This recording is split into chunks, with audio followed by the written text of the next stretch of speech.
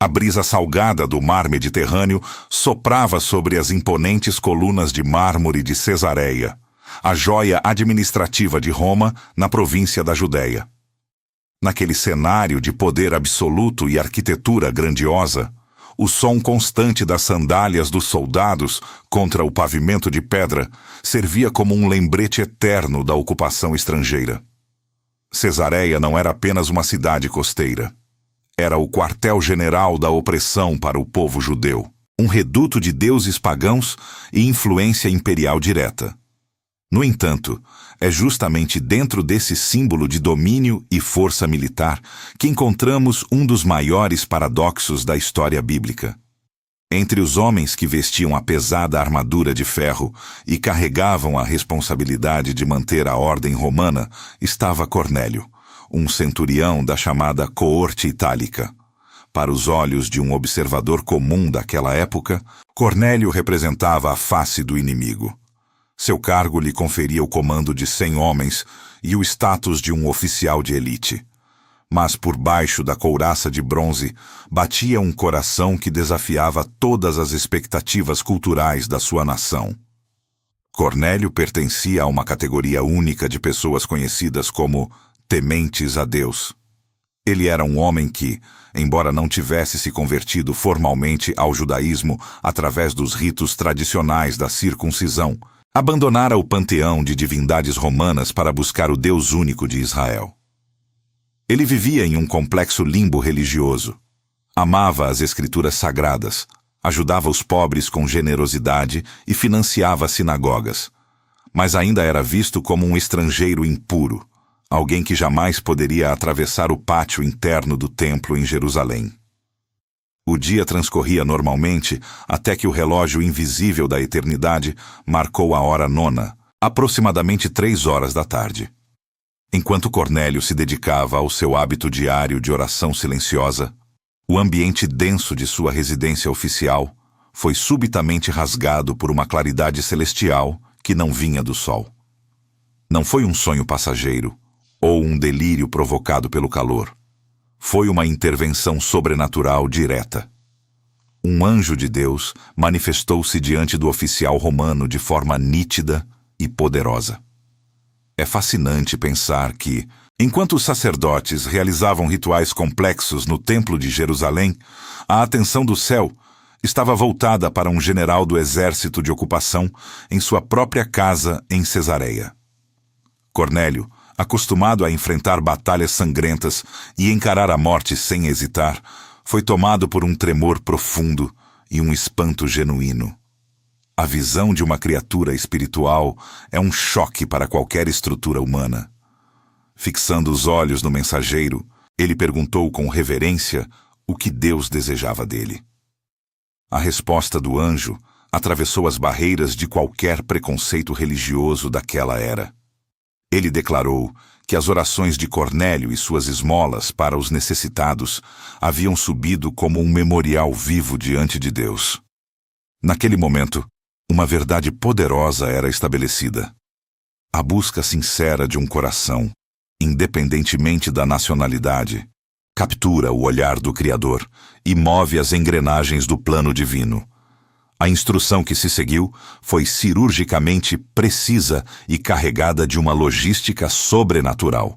O anjo não deu a Cornélio uma aula de teologia teórica, mas uma ordem de marcha clara. Ele deveria enviar homens até a cidade de Jope para procurar um homem chamado Simão, que também tinha o sobrenome de Pedro. O anjo foi específico ao detalhar que Pedro estava hospedado na casa de outro Simão, um simples curtidor de couros, cuja residência ficava estrategicamente à beira-mar. Essa conexão entre a elite romana de Cesareia e a periferia trabalhadora de Jope revela como a providência divina trabalha nos detalhes geográficos para unir mundos que, por séculos, foram mantidos separados por muros invisíveis de segregação cultural e religiosa. Imediatamente, Cornélio convocou 2 criados de confiança e um soldado piedoso para cumprir a missão. Ele não questionou a visão, agiu com a prontidão de um oficial recebendo ordens de um superior supremo. Enquanto esses mensageiros partiam rumo a Jope, uma tensão invisível começava a se formar no plano espiritual. No horizonte dessa jornada surgia o maior desafio que a igreja primitiva enfrentaria: o choque entre a nova revelação e a tradição enraizada. Antes de continuarmos essa trajetória fascinante, inscreva-se no canal e nos conte nos comentários de onde você está assistindo. O conflito estava armado. Do outro lado da costa, em Jope, Simão Pedro ainda estava preso a uma teologia de exclusividade e separação. Para um judeu zeloso como ele, entrar na casa de um gentil ou se associar a um oficial romano era algo impensável, uma violação direta de leis de pureza milenares. O palco estava montado para uma colisão de destinos onde a obediência divina testaria os limites dos preconceitos humanos mais profundos. O que acontece quando Deus ordena que você abrace o que sempre considerou profano? A resposta estava prestes a cair do céu, sobre o telhado de um curtidor, desafiando tudo o que Pedro acreditava sobre a santidade e a vontade de Deus para as nações. Enquanto os mensageiros de Cornélio percorriam os cerca de 50 quilômetros que separavam a imponente Cesareia da histórica cidade portuária de Jope, o foco da narrativa se deslocava para o telhado da casa de Simão, o curtidor. Era o horário do meio-dia. O sol brilhava intensamente no zênite sobre as águas cristalinamente azuis do Mediterrâneo, e Simão Pedro, sentindo o peso do calor e a necessidade vital de um momento de conexão espiritual, subiu ao terraço para orar. Enquanto aguardava que a refeição do dia fosse devidamente preparada no andar inferior, uma fome física avassaladora começou a se manifestar em seu estômago. Contudo, o que o apóstolo Galileu não poderia prever era que essa necessidade biológica comum seria utilizada pelo céu como uma metáfora viva para uma fome espiritual muito mais vasta e urgente que consumia as nações gentias além das fronteiras de Israel. Em um estado de êxtase sobrenatural, a realidade física ao redor de Pedro pareceu se desvanecer em um turbilhão de luz, dando lugar a uma visão que desafiaria cada fibra de seu treinamento religioso e de sua identidade como um judeu zeloso da lei. O céu, em um movimento majestoso e solene, abriu-se diante de seus olhos, e algo semelhante a um imenso lençol de linho, sustentado firmemente pelas 4 pontas, começou a descer lentamente em sua direção. Dentro daquela tela celestial, Pedro deparou-se com uma mistura caótica e, para seus olhos, profundamente repugnante de seres vivos. Ali estavam todos os tipos de quadrúpedes da terra, animais rastejantes e aves do céu.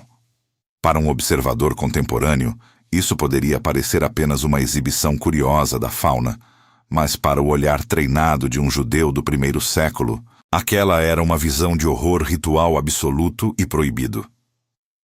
Dentro daquele lençol, misturavam-se criaturas que a lei de Moisés, detalhada com rigor sagrado no livro de Levítico, capítulo 11, classificava estritamente como impuras. Eram seres que nenhum israelita piedoso jamais ousaria tocar, muito menos consumir como sustento, sob a grave penalidade de se tornar cerimonialmente contaminado e excluído da comunhão sagrada. Foi no silêncio atônito desse momento que uma voz divina rompeu a quietude do telhado, emitindo um comando que soou como um trovão capaz de abalar as fundações de toda a sua teologia. Levanta-te, Pedro. Mata e come. A reação do apóstolo foi instantânea e visceral, brotando de décadas de obediência às tradições ancestrais de seu povo. De modo nenhum, Senhor. Ele exclamou, com uma convicção que misturava profunda reverência e um choque defensivo. Há uma ironia profunda em chamar alguém de Senhor, e no mesmo fôlego, pronunciar um não categórico à sua vontade expressa. Pedro estava mergulhado no conflito entre o que ele acreditava ser santidade e o que Deus estava revelando como sua nova vontade. Aquela visão transformadora não ocorreu apenas uma vez. Como um pedagogo paciente que compreende a rigidez da mente humana, Deus repetiu o processo exatas 3 vezes. O lençol descia do firmamento, o comando ecoava nas alturas, a recusa de Pedro se manifestava e, finalmente, o objeto era recolhido ao céu. Essa repetição tripla simbolizava a profundidade da resistência que precisava ser desconstruída no coração do líder da igreja primitiva para que o evangelho avançasse. A frase que selou aquele momento e alterou para sempre o curso da história humana foi o golpe final na exclusividade religiosa de Israel. Não chames tu comum ao que Deus purificou. Com essas palavras, o Criador declarava que o critério de pureza não residia mais em dietas externas ou rituais de lavagem, mas na purificação do coração. Enquanto Pedro ainda permanecia perplexo, tentando decifrar o enigma daquela visão bizarra, a providência divina agia no portão da casa. O Espírito Santo interveio diretamente, alertando-o de que 3 homens o procuravam lá embaixo. A instrução foi imperativa e não deixava margem para dúvidas. Ele deveria descer e acompanhá-los sem qualquer hesitação, pois o próprio Deus os havia enviado para aquele encontro histórico. Nesse exato instante, ocorreu a primeira grande quebra de protocolo na vida prática do apóstolo. Ele desceu do telhado e encontrou os emissários de Cornélio, um soldado romano e 2 criados gentios. Em vez de dispensá-los ou manter a distância social exigida pela tradição de seus pais, Pedro fez algo impensável para a época. Convidou-os para entrar e ofereceu-lhes generosa hospedagem. Ao abrir sua porta para aqueles que eram considerados impuros, Pedro já estava vivenciando a visão do lençol antes mesmo de compreender totalmente sua magnitude teológica. Na manhã seguinte, o pequeno grupo iniciou a jornada de 50 quilômetros rumo a Cesareia. Cada passo dado naquela estrada poeirenta representava um avanço contra séculos de preconceito. Pedro não estava apenas caminhando para a casa de um centurião romano. Ele estava marchando em direção a uma revolução espiritual que provaria que a graça de Deus não conhece fronteiras, etnias ou barreiras humanas. Ao cruzarem os portões de Cesareia, a atmosfera mudou drasticamente. Pedro, o pescador da Galileia, caminhava agora pelas ruas pavimentadas de uma cidade romana, cercado por símbolos da opressão que seu povo tanto odiava. No entanto, algo em seu interior havia sido transformado pela visão do lençol em Jope. O coração que antes batia no ritmo da exclusão, agora pulsava com uma curiosidade santa. Ao chegar à residência do centurião, Pedro deparou-se com uma cena inusitada. A casa de Cornélio não era apenas um reduto militar, mas um santuário de expectativa. O oficial romano havia reunido todos os seus parentes e amigos íntimos, criando um ambiente de fome espiritual que Pedro raramente vira mesmo em Israel. Assim que Pedro cruzou o limiar da porta, Cornélio, o homem que comandava centenas de soldados e representava o poderio de Roma, prostrou-se aos pés do apóstolo. Foi um gesto de humildade que chocou os presentes. Contudo, Pedro, imbuído da lição que acabara de aprender, apressou-se em levantá-lo, proferindo palavras que ecoariam pelos séculos. Levanta-te, que eu também sou homem. Naquele momento, as hierarquias militares de Roma e as distinções religiosas do judaísmo desmoronaram. Não havia mais general ou pescador, colonizador ou colonizado. Havia apenas 2 homens buscando a face do Criador. Pedro, então, começou a falar para aquela audiência atenta, composta por rostos estrangeiros. Ele iniciou seu sermão com uma confissão pública que mudaria para sempre a trajetória da igreja primitiva. Reconheço por verdade que Deus não faz acepção de pessoas. Naquele instante, ele compreendeu que a visão do lençol não era meramente sobre leis dietéticas, mas sobre o valor intrínseco de cada ser humano. Pedro narrou a vida de Jesus, descrevendo como o Cristo andou por toda a Judéia, fazendo o bem e curando todos os oprimidos pelo diabo, culminando em sua morte no madeiro e sua ressurreição gloriosa. Ele enfatizou que o perdão dos pecados estava disponível para todo aquele que nele crê, sem exigir a adesão prévia aos rituais da lei de Moisés. Enquanto as palavras de Pedro ainda ecoavam no átrio da casa, algo extraordinário e sem precedentes aconteceu. O céu decidiu agir por conta própria.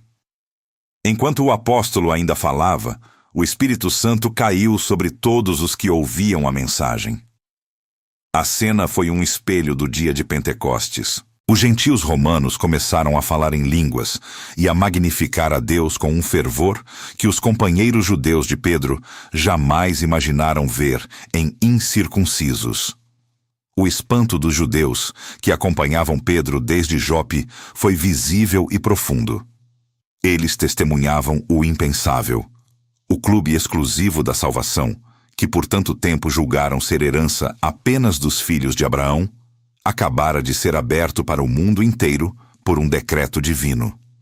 Pedro, percebendo a validação celestial, não hesitou. Ele ordenou imediatamente que fossem todos batizados em águas em nome de Jesus Cristo, oficializando a entrada daqueles novos irmãos na família da fé. O muro de separação, construído por séculos de tradição rigorosa e preconceito cultural, havia sido finalmente pulverizado pela invasão da graça. Hoje, ao olharmos para esse relato em pleno 2026, a história de Pedro e Cornélio nos desafia a olhar para além de nossas próprias bolhas. Vivemos em um mundo fragmentado por novos lençóis de pureza e exclusão. Quem são os Cornélios que o nosso sistema religioso ou social rotula hoje como impuros ou indignos de atenção? O desafio pedagógico que Pedro enfrentou no telhado de Jope continua sendo o nosso. O de entender que a religiosidade muitas vezes tenta barrar no portão quem Deus já convidou para a mesa.